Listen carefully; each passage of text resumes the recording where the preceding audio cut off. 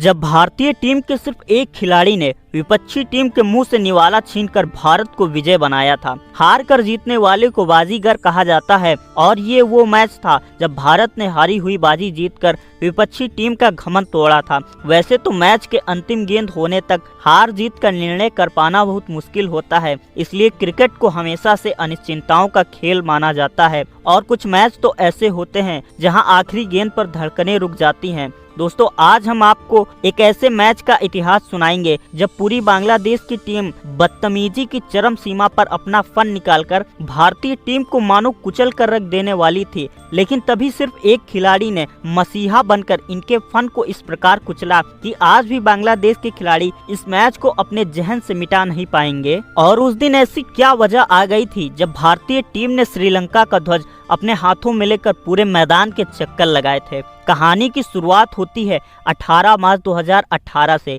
जब भारत, श्रीलंका और बांग्लादेश एक त्रिकोणीय सीरीज खेलने वाले थे जिसका नाम था निधास ट्रॉफी। उन दिनों बांग्लादेश की टीम अपने घटिया सेलिब्रेशंस की वजह से पूरे क्रिकेट जगत में बदनाम थी और सबसे घटिया सेलिब्रेशन तो उनका नागिन डांस था। लेकिन बांग्लादेश ने तब बहुत बड़ी गलती कर दी जब वे भारत के सामने नागिन डांस करने लगे। इस कंट्रोवर्सी को समझने के लिए हमें कहानी में थोड़ा पीछे चलना होगा। इस सीरीज में भारत 4 में से 3 मैच जीतकर फाइनल में पहुंच चुकी थी। अब सेमीफाइनल मैच श्रीलंका और बांग्लादेश के बीच में खेला जाना था और ये मैच दोनों टीमों के लिए बहुत ही महत्वपूर्ण था, लेकिन दोनों ही टीमों के बीच माहौल सही नहीं था। श्रीलंका ने पहले बल्लेबाजी करते हुए 159 रन बनाए। जवाब में बांग्लादेश को चेस करते हुए आखिरी 5 गेंदों में 12 रन चाहिए थे। इसी ओवर में बॉलर ने 2 गेंद बाउंसर डाल दी और अंपायर ने इसे नो बॉल करार नहीं दिया। इस बात से बांग्लादेश के कप्तान साकिब अल हसन गुस्से में अपने खिलाड़ियों को मैदान छोड़कर वापस बुलाते हैं। इसी दौरान बांग्लादेश के सब्स्टिट्यूट खिलाड़ी मैदान में जाकर श्रीलंकाई खिलाड़ियों से बदतमीजी करते हैं। कुछ देर बाद अंपायर द्वारा माहौल शांत होता है, तब महमूदुल्लाह छक्का और चौका लगाकर बांग्लादेश को जीत दिला देते हैं।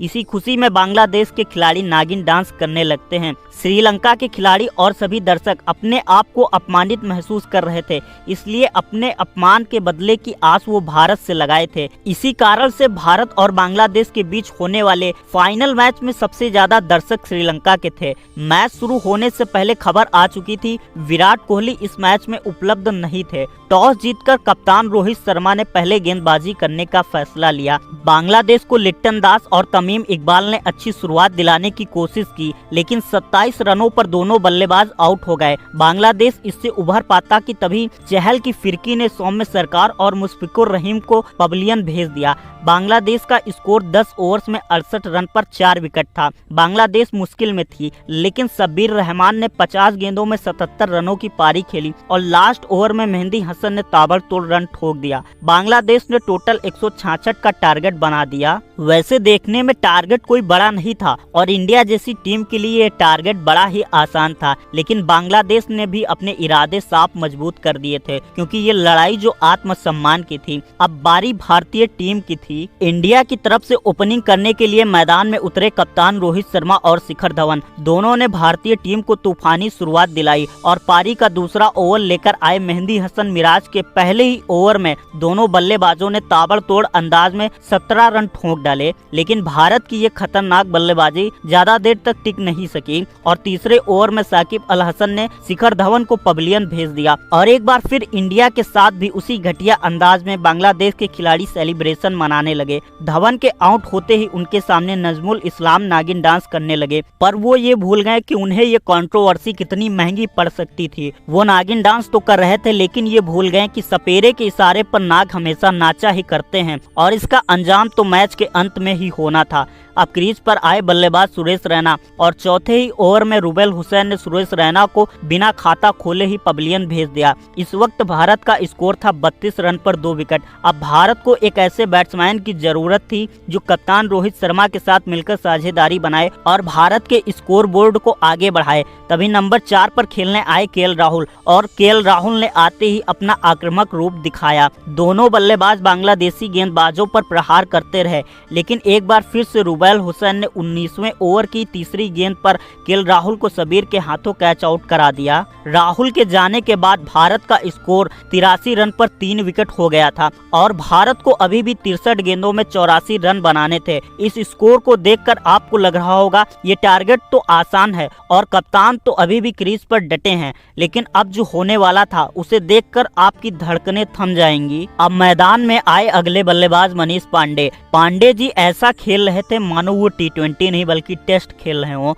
इसका प्रेशर रोहित शर्मा पे आ रहा था। रिक्वायर्ड रन रेट तेजी से बढ़ता देख रोहित शर्मा ने जोखिम भरा शॉट खेलने की कोशिश की और वो आउट हो गए। रोहित ने 42 गेंदों में 3 छक्के और 4 चौके लगाकर 56 रनों की शानदार पारी खेली। अब यहाँ से भारत को 40 गेंदों में 69 रनों की आवश्यकता थी। ये टारगेट अभी भी इंडिया के लिए मुश्किल नहीं था, लेकिन भारतीय बल्लेबाज बांग्लादेशी गेंदबाजों के सामने स्ट्रगल करते हुए नजर आ रहे थे। जिस बॉलिंग को रोहित शर्मा और राहुल आसानी से खेल रहे थे, वहीं मनीष पांडे और विजय शंकर को उसी बॉलिंग के सामने सिंगल निकालना भी मुश्किल हो रहा था और रिक्वायर्ड रन रेट भी एक तरफ तेजी से बढ़ रहा था। बांग्लादेश की तरफ से पारी का 18वां ओवर लेकर आए मुस्तफिजुर रहमान और स्ट्राइक पर विजय शंकर, लेकिन उस दिन ऐसा लग रहा था जैसे विजय शंकर कसम खाकर आए हों कि बॉल को बल्ले से टच ही नहीं करना है। विजय शंकर ने मुस्तफिजुर रहमान की 4 गेंदें बीट कर दी और 5वीं गेंद पर लेग बाई के थ्रू सिंगल लेकर मनीष पांडे को स्ट्राइक दी और पांडे जी लास्ट बॉल पर बाउंड्री लगाने के चक्कर में कैच आउट हो गए। मनीष पांडे ने 27 गेंदों में 28 रन ही बनाए। मुस्तफिजुर रहमान ने 1 विकेट के साथ 18वां ओवर मेडन फेंक दिया और बांग्लादेश की जीत निश्चित कर दी। भारत को जीतने के लिए अभी भी 12 गेंदों में 34 रनों की जरूरत थी और इस वक्त स्टेडियम में बैठे सभी भारतीय और श्रीलंकाई दर्शकों के चेहरों पर मायूसी साफ नजर आ रही थी। सभी के चेहरे ये बयां कर रहे थे ये मैच जीतना भारत के लिए नामुमकिन तो नहीं, लेकिन बहुत मुश्किल जरूर होने वाला है। तभी 7वें नंबर पर बल्लेबाजी करने के लिए एंट्री होती है दिनेश कार्तिक की। कार्तिक के लिए ये टारगेट चेस करना इतना आसान तो नहीं था, लेकिन टीम की उम्मीद बने दिनेश कार्तिक और देश का सम्मान कार्तिक के कंधों पर और लाखों दर्शकों की दुआएं कार्तिक के साथ थी और इन्हीं दुआओं और उम्मीदों के दम पर कार्तिक इस कठिन काम को आसान बनाना भी जानते थे। अब साकिब अल हसन के पास सिर्फ एक मेन बॉलर के रूप में रुबेल हुसैन ही बचे थे। कप्तान साकिब ने पारी का 19वां ओवर रुबेल हुसैन को दे दिया, क्योंकि पारी का 19वां ओवर सबसे इम्पोर्टेंट होता है जो मैच के हार जीत का निश्चय करता है और रुबेल हुसैन उस दिन काफी अच्छी बॉलिंग भी डाल रहे थे। रुबेल 3 ओवर में मात्र 13 रन देकर 2 विकेट ले चुके थे।